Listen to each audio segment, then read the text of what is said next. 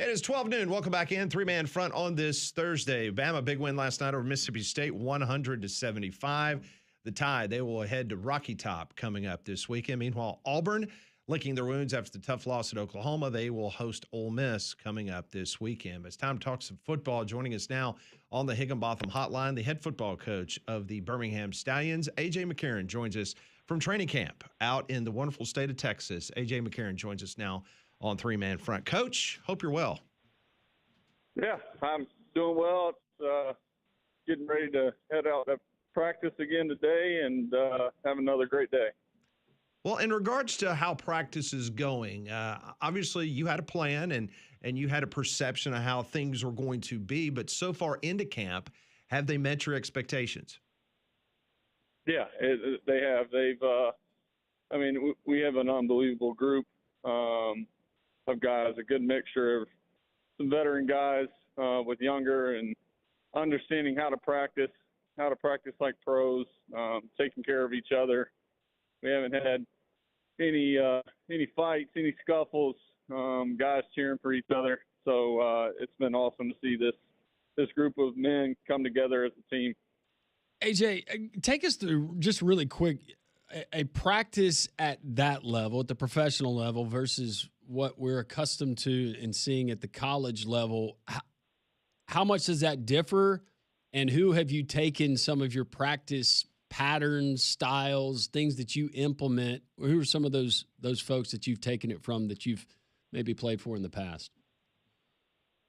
Yeah, from a difference in practice standpoint, it's usually, college is just so different because you're going against each other. There's so many of you, from a sense of you're all trying to, get your way onto the field, which I'm not saying you're not in the pros, but you also understand this is how guys make a living. And so your job is to also take care of your teammate. And coaches understand, when you're in position to make a play and but you're lay off of making that play just by a tad where you could possibly blow them up in a game or scrimmage, and you're taking care of your guys. So that's the biggest thing for me. And then, the setup for practice is really just things that I've kind of done throughout my years, from the way I liked practice being ran and the schedule. And I have a ton of experience on my staff from guys that were at Alabama and all over coaching ball. So it's kind of built, a team, a coaching staff experience from everywhere that kind of put this whole thing together. Coach A.J. McCarron from the Birmingham Stallions joining us for a few minutes as their training camp continues out in Texas. A.J., in regards to the competition for the different position groups, I know a lot of people want to talk about the quarterback situation, but in regards to you and you're looking at your roster right now, because you're going to have to make some cuts ultimately, what position groups right now are very competitive in your opinion? I think all over, to be honest with you. D-line is a very competitive group. The linebacker room, we have a ton of great DBs. You look at the receiver position, we have a ton of, what I would call number ones for anybody else in this league. And we're probably, we probably got 10 guys that could be number one or high 1A, 1B for other teams. So those position groups have a lot of competition in it, but it's awesome to see them compete. My biggest thing to the guys is, listen, it's not competition against, your teammate. It's you having self-confidence, belief that if you go out and handle your business, do what you're supposed to do, then you're really and ultimately competing against yourself day in and day out. So that's the biggest thing, especially for younger guys. They think, oh, well, they're steady watching what the guy they're competing against, how he's doing. Hell, it's, human nature. You might be rooting against him. Oh, drop that pass. But you're not saying it out loud, but you're thinking that. It's like, no, I want him to perform his best. I want myself to perform the best. And then knowing if I just go out and handle my business, I'll win the job. So that's the fun part in watching this team compete. Looking at the wide receiver position, we saw the comments and you saying loaded, and we're familiar with a lot of those names. But from just the offense and the firepower we certainly saw in the offenses you played in, and especially here recently there in St. Louis, could we expect to see the same or maybe a mixture of different things when it comes to overall philosophically, I guess, of what you're going to run on that side of the ball? Yeah, I mean, we're going to run whatever we need to run to be successful. I've told the guys that if that means 1 week we're running the ball 50 times because we feel like they're light up front and it's very few passes, then that's what we're going to do to win. Listen, the ultimate goal is to win a championship. And the biggest thing I try to tell the guys is in this league, if you're on a team that wins and you win as a family and you're the true definition of a team, everybody's going to be looked at. I mean, there's a reason Alabama, has the most guys drafted in the NFL, especially while Coach Saban was there, is because, and it's not always because, hey, they're the most talented. It's because organizations at the NFL level want, and whether it's presidents, GMs, owners, head coaches, like they want guys that understand what it takes to win. They want guys that understand, how to do it the right way and be a pro. So that's the biggest thing getting into, these guys' head is, listen, if we can become a team and we win as a team, everybody's going to, achieve what they want by playing at the next level. AJ, big news this week in the UFL as a couple of rule changes. Got a lot of folks excited. No tush push. That's not going to be allowed. You got the potential of a 4-point field goal, also punting inside the 50-yard line. Just your thoughts on some of these new rule changes with the UFL. Yeah, I think it's exciting. Listen, you got to do something a little different and add some things. I mean, I think there's evidence in it from a sense of, the kickoff standpoint. The XFL and my first year would have been 23 brought that into effect, and then the NFL ended up adopting that. I think from the 60+ yard field goal is pretty cool. I mean, it just makes things interesting from a sense of, all right, if you're sitting at a 57 yarder, do you take the delay a game and back it up where you're kicking plus 60 now? So, if your guy can make it from that far, you're not really worried about it. So, I mean, Can our guy make it from that far? I don't know. We'll see.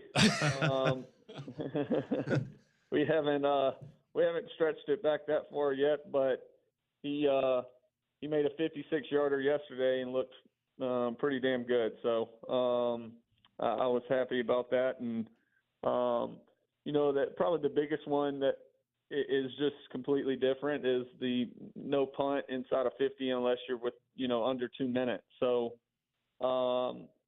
that's throws a little quirk in there as a head coach and trying to figure out, okay, how do you handle third down if you're already there and say you've gotten a holding and now you're sitting at 3rd and 30 and you have no choice but to go for it. It's like, all right, well, do you take 2 shots or do you take, a medium shot and then try to get into just somewhat fourth and manageable?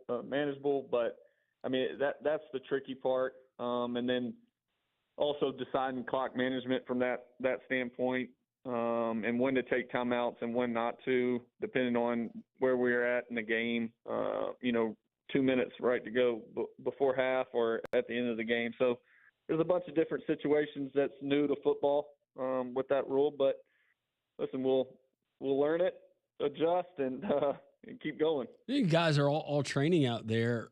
How much intermingling in between the franchises goes on, AJ? And do we have a natural rival that maybe has organically developed that we can all get behind and hate? Well, there's a lot of mingling. I mean, the headquarters is where everybody's at. I mean, you don't really – everybody's kind of separated from a sense of you got your own team rooms. And, I mean, the UFL did an unbelievable job of teaming up with the Texas Rangers that own this building we're in, the headquarters, and there's 4 teams on the second floor and then 4 teams on the third floor, and they really have. It's Russ Brandon, Dave Dykeman, Wells, and then Mike Rapoli. It's everybody in charge has done a really good job of that. And then from a rivalry standpoint, listen, I think Orlando's going to be fun. St. Louis is going to be fun, yes. And it'd be great to put it on Anthony Beck and the Orlando Storm. So looking forward to that. Can we arrange it? All great generals in our nation's great history. Not all of them, but a lot of them led their armies, their troops on a horse. I think you horseback leading the team, maybe with a flag in hand in tow. Against Orlando. I know people have thrown out the coach with the shirt off. I think we can get the horse thing done. Well, listen, as long as I have had one experience with a horse back in the day, and it wasn't a great experience. Okay. So once the horse took off and I couldn't get the son of a gun to stop, I don't know if I ever got back on a horse again. So. But listen, if it helps bring fans in there, I guess I'll be Jackie Moon and do halftime performances too. Yes, so. with the eyeliner. Yeah. Yeah. AJ McCarron, head football coach of our Birmingham Stallions, nice enough to take time as they continue to work hard to entertain all of us, hopefully with another championship once the season begins. AJ, thanks for taking time, Coach. Have a great day, and we'll talk to you very soon. Sounds good. I appreciate it, fellas. All right. Thank you. AJ McCarron, Birmingham Stallions, giddy up, joining us on the Higginbotham Hotline. You deserve solutions that are built for you. Higginbotham's your one-source solution for insurance, financial, and HR services. So we got some rain last night, and if you're a homeowner, this is the best time of the year for you to call Abide Roofing, because Abide Roofing, where customers always come first, they can get you started with a free look at your roof. They want to get on top of your roof, and they're going to give you a free consultation. They're going to look at it. And if there's any issues, they can address it. They can give you a plan moving forward. That's what happened to me a couple years ago. I had some loose shingles that ended up turning into leaks in my attic, which meant there was leaks on my sheetrock inside my house. But call Travis Lloyd at Abide Roofing, 205-577-7338. And this is not an over-exaggeration. Travis spent 2 whole days on my roof looking at my situation, detailing what the problems were. And then my insurance company got involved, and they were problematic. And it was one of these big carriers out there.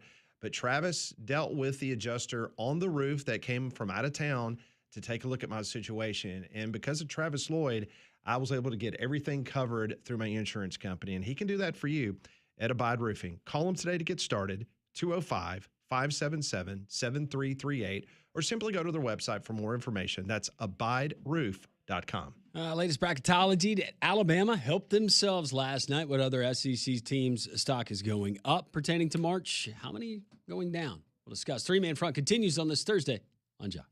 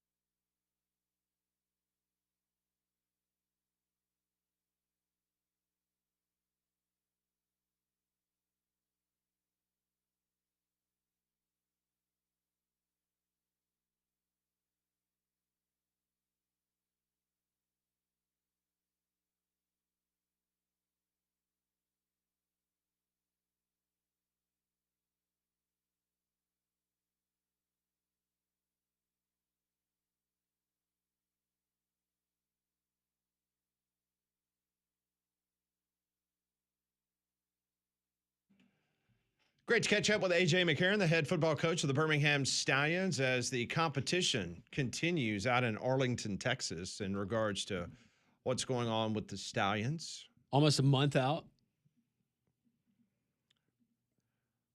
Stallions taking on Louisville to open things up Friday, March the 27th. They're in Lynn Family Stadium, the Louisville Kings.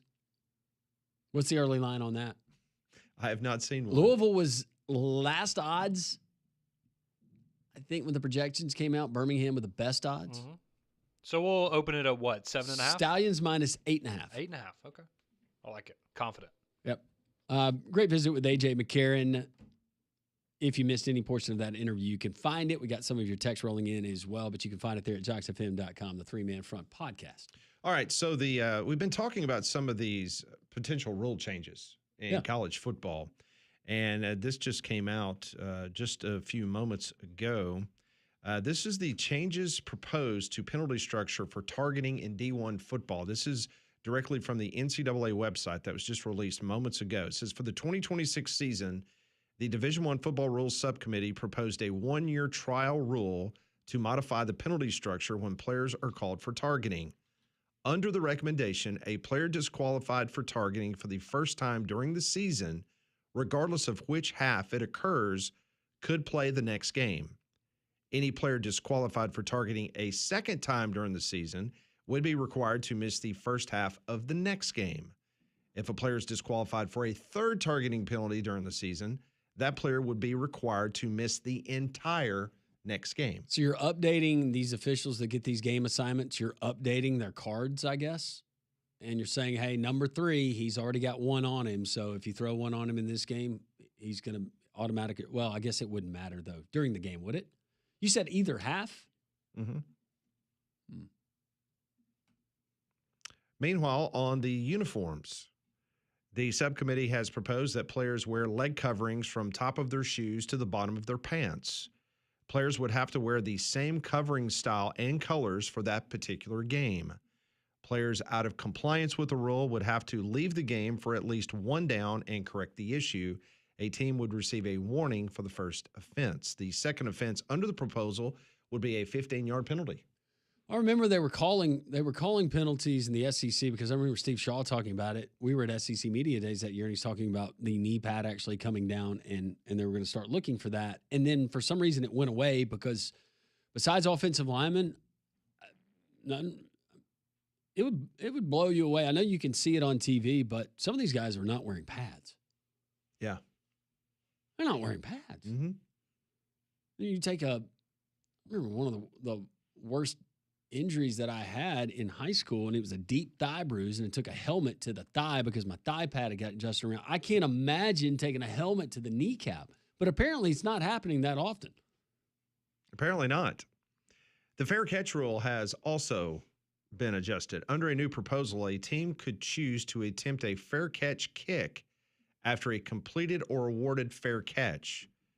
The kick would be a field goal place kick with a holder, no tee, or a drop kick from the spot where the returner caught the ball. Go drop kick, put it on a kickoff tee, let her fly, right? It says if the ensuing kick goes through the uprights, it would be 3 points added to the team's total. The defense would have to at least be 10 yards from the spot of the kick.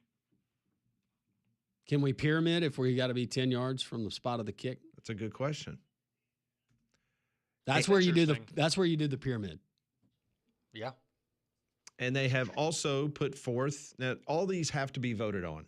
Now this is, the subcommittee makes the recommendations, and then from that point, it goes to a full vote. The offensive pass interference penalties would be 10 yards.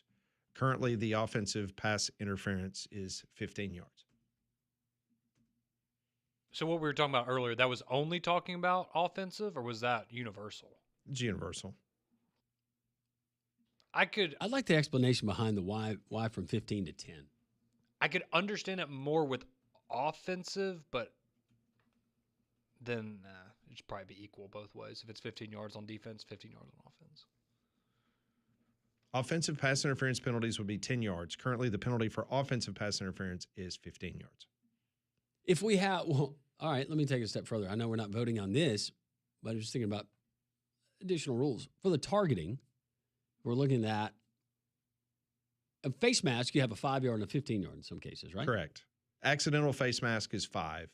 A personal foul face mask is 15. Sometimes pass interference occurs because there's incidental contact with your legs getting tangled up with the guy that you're defending. Correct. Could that be a 5-yard instead of a 10 or a 15?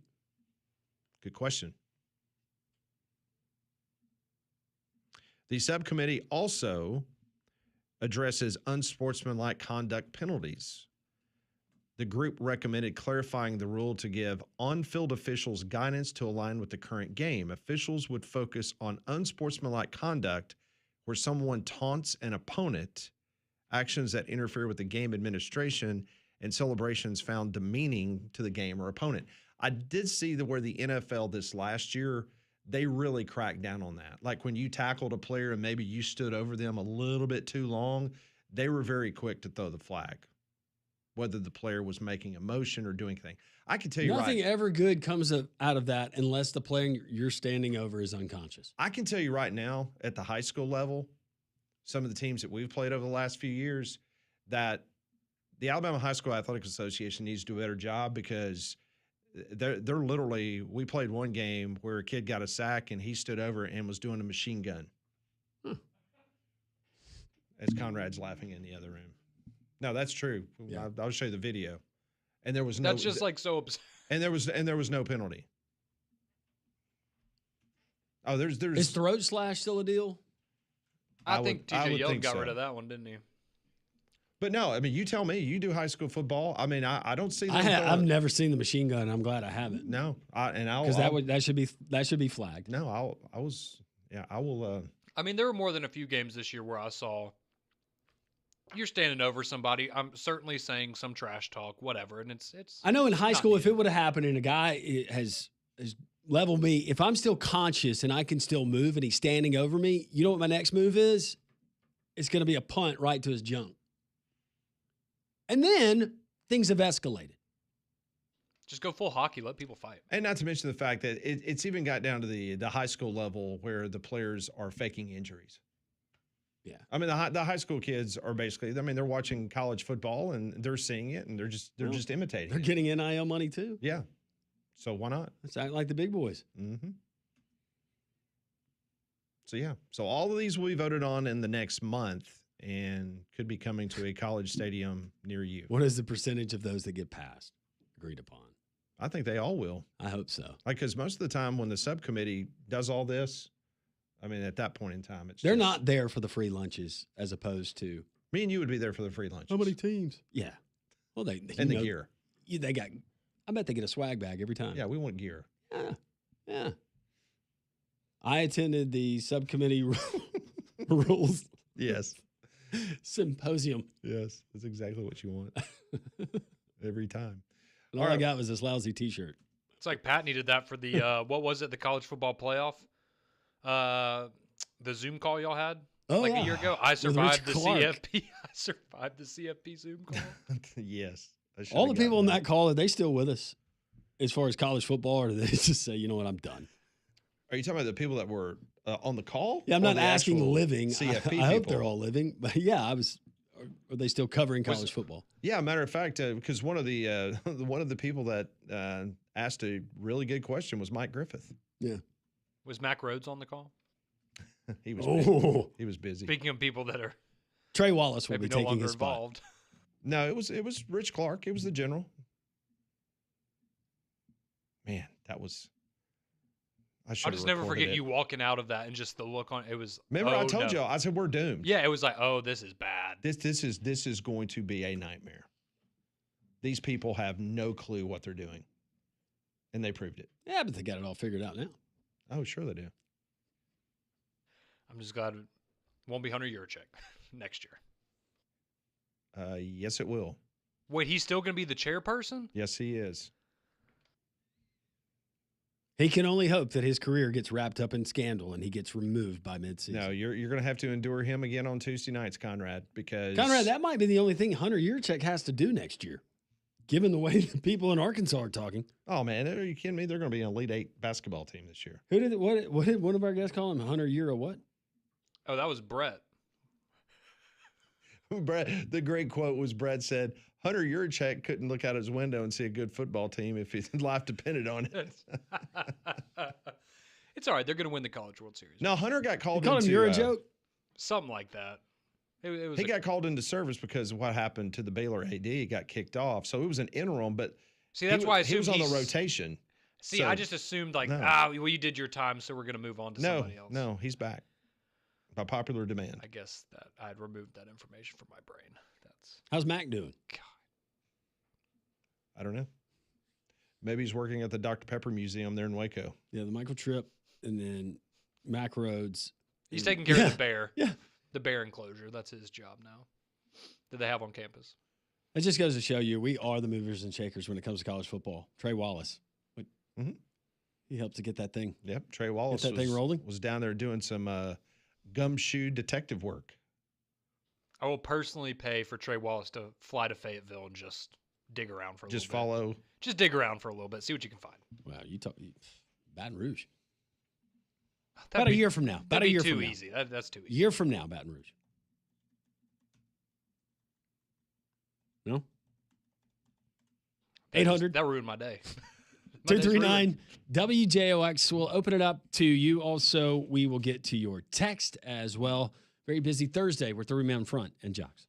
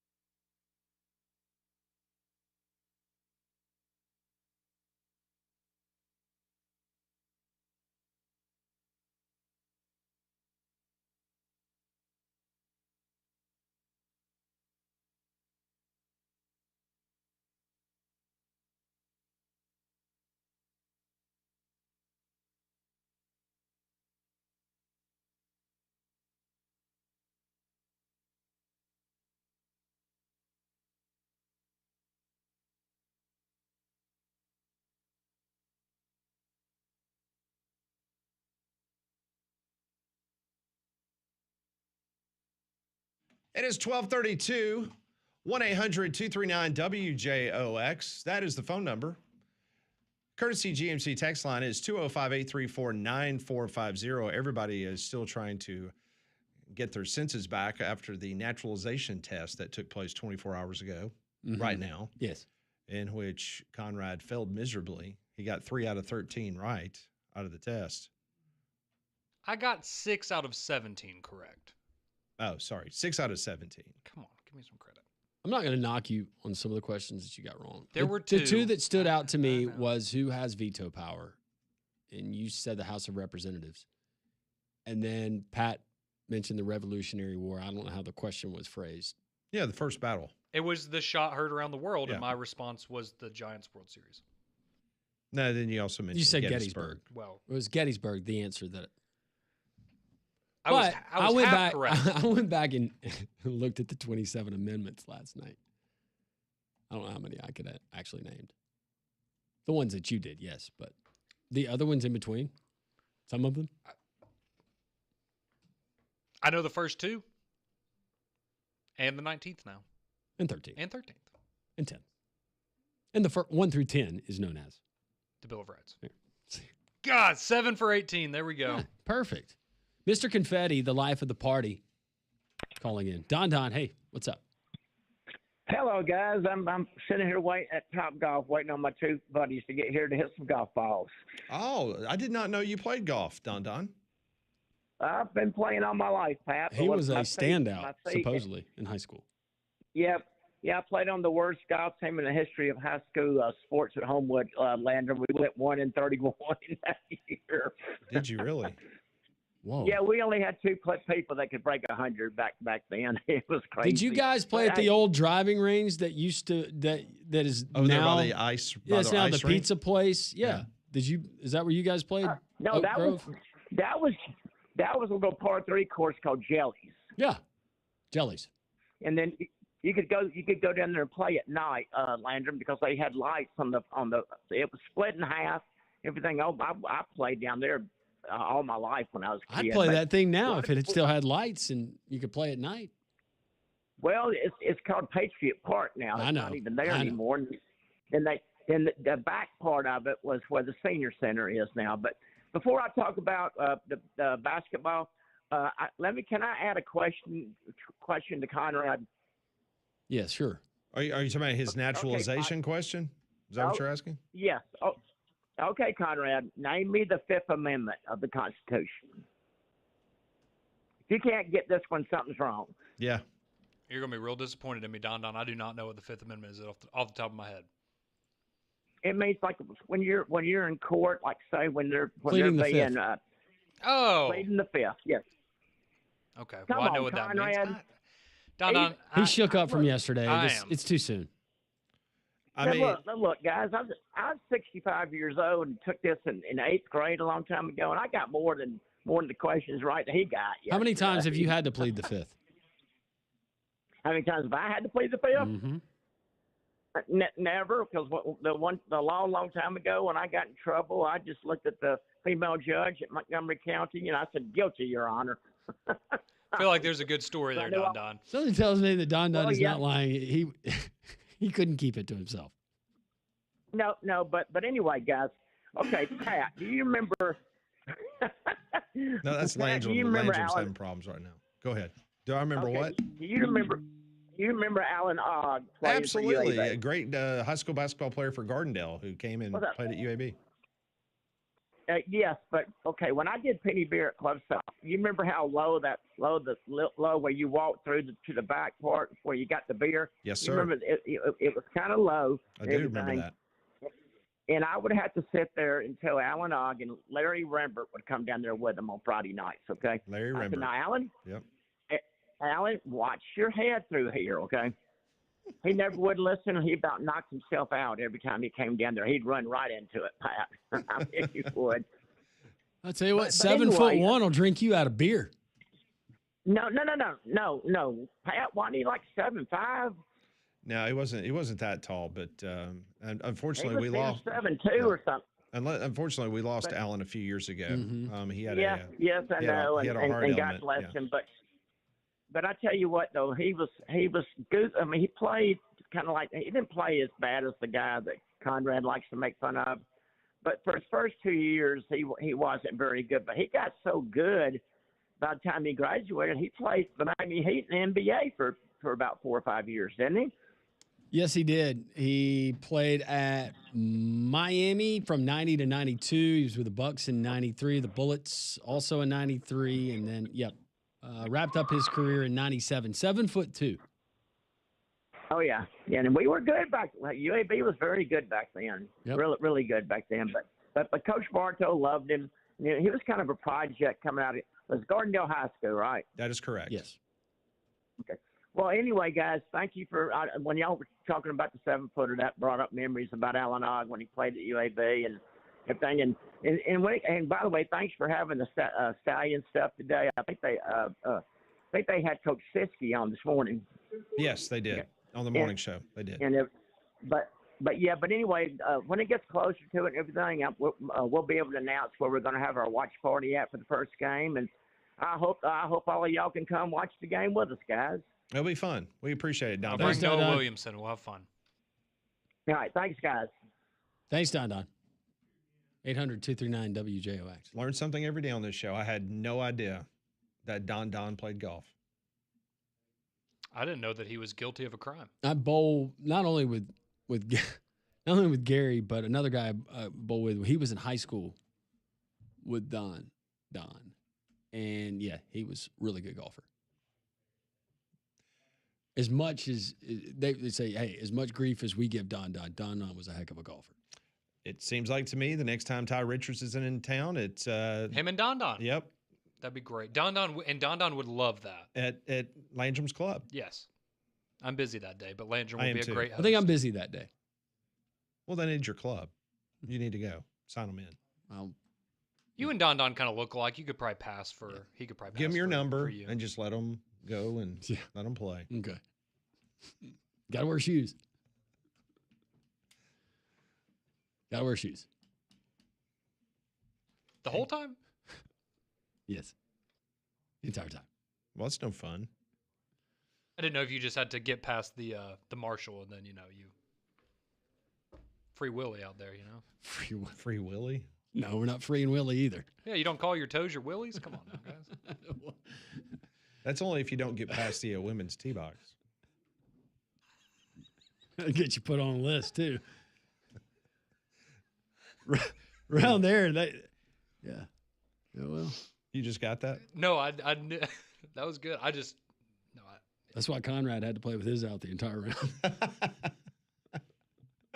There are probably a couple holes I would have when we played. I'm not a great golfer. Then it got weird, so we just made him start teeing off from the ladies' tees. Ty was like, I don't like this. I don't like this at all. What is this weird stuff y'all do down here? Three-man front. We continue right here on Josh.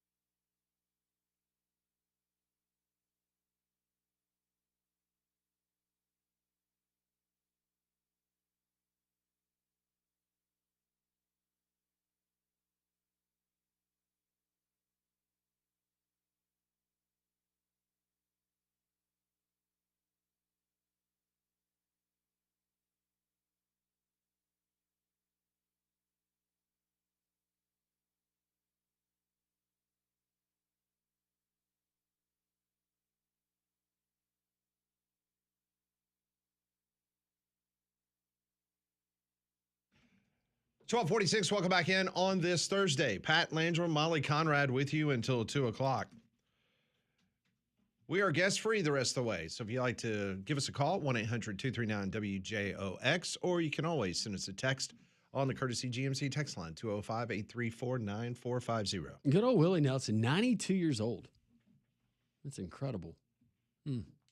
Wonder if he was at Mandu this morning. Hey, how about Mandu right there in downtown Houma? They got a location there that you can check out. Also one in Tuscaloosa and up in Huntsville. If you've never heard about Mandu, it's electrical muscle stimulation fitness. It's all FDA approved. And because of the revolutionary technology, you're going to experience a 15-minute workout at Mandu is the equivalent to 6 hours of humping it in a gym.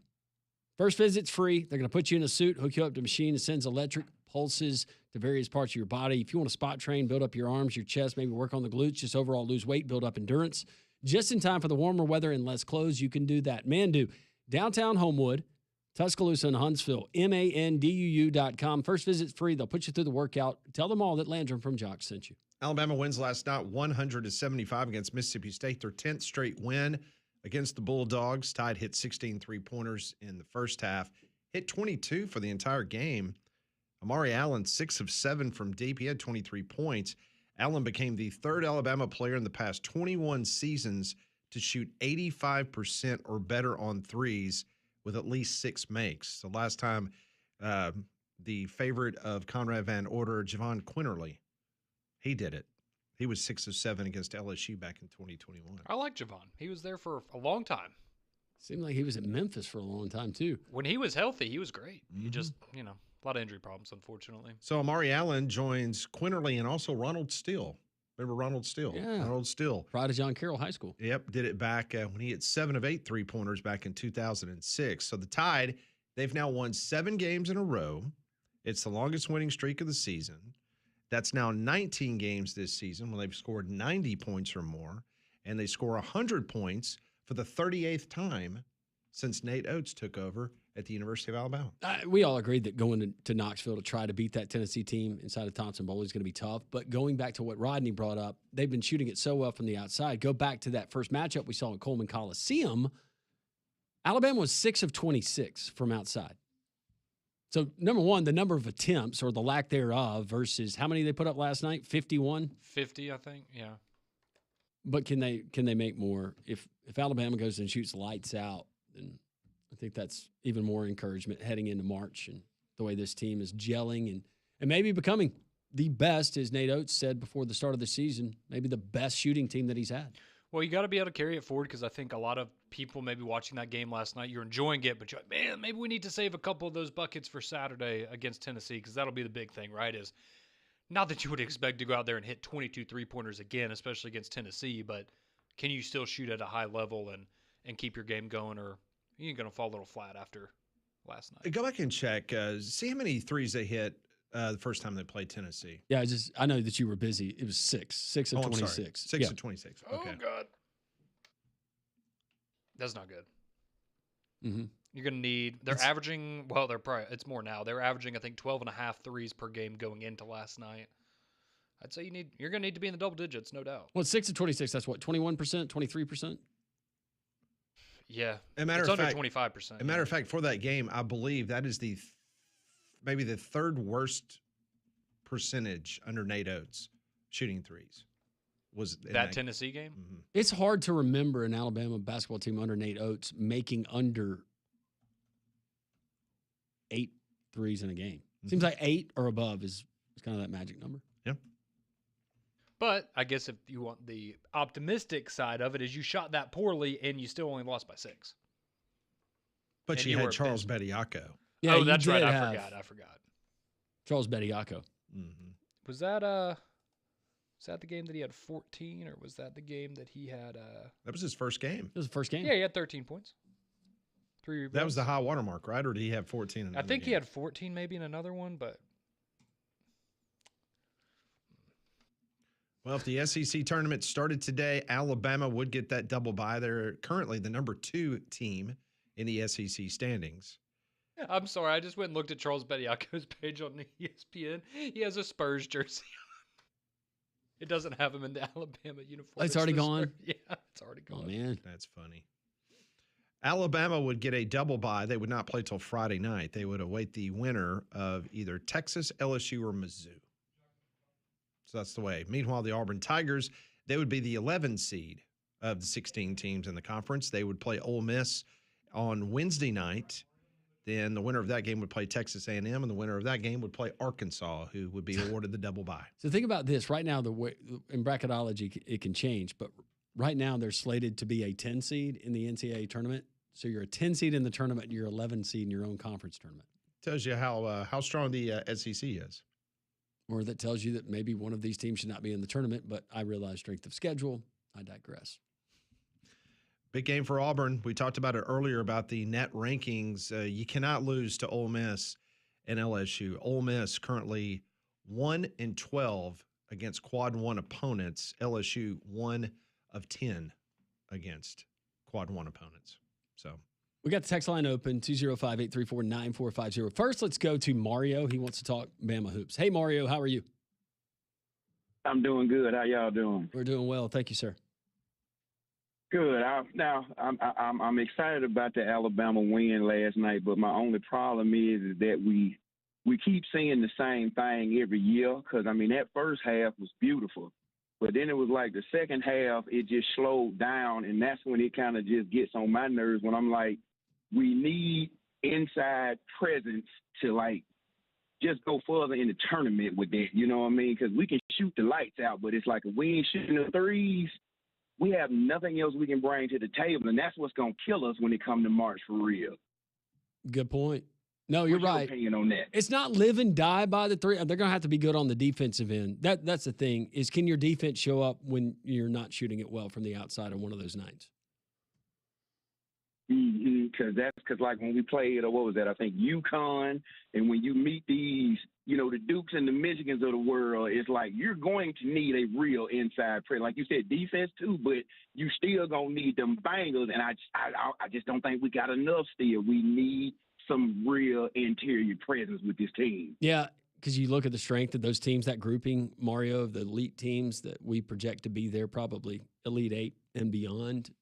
They all got bigs. They all got bigs that can bang. Yeah. Yeah. That's what scared me. But then on the other hand, you look at an Illinois team. Coming with it. Look at an Illinois team. Look how big that team is. And I realize they can do it in different ways. Well, look what Alabama did against St. John's. Sure. I mean, there's two examples right there of Alabama, but then you could say, well, look what happened against Purdue. Mm-hmm. So. Yeah, I got you. But, I'm going to treat this college basketball like the football. When you meet them giants, you know what I'm saying? It's like, this is what they do. What's your expectation? You know what I mean? Alabama to the Sweet 16? Though. Anything after the Sweet 16 is gravy, or do you expect something better?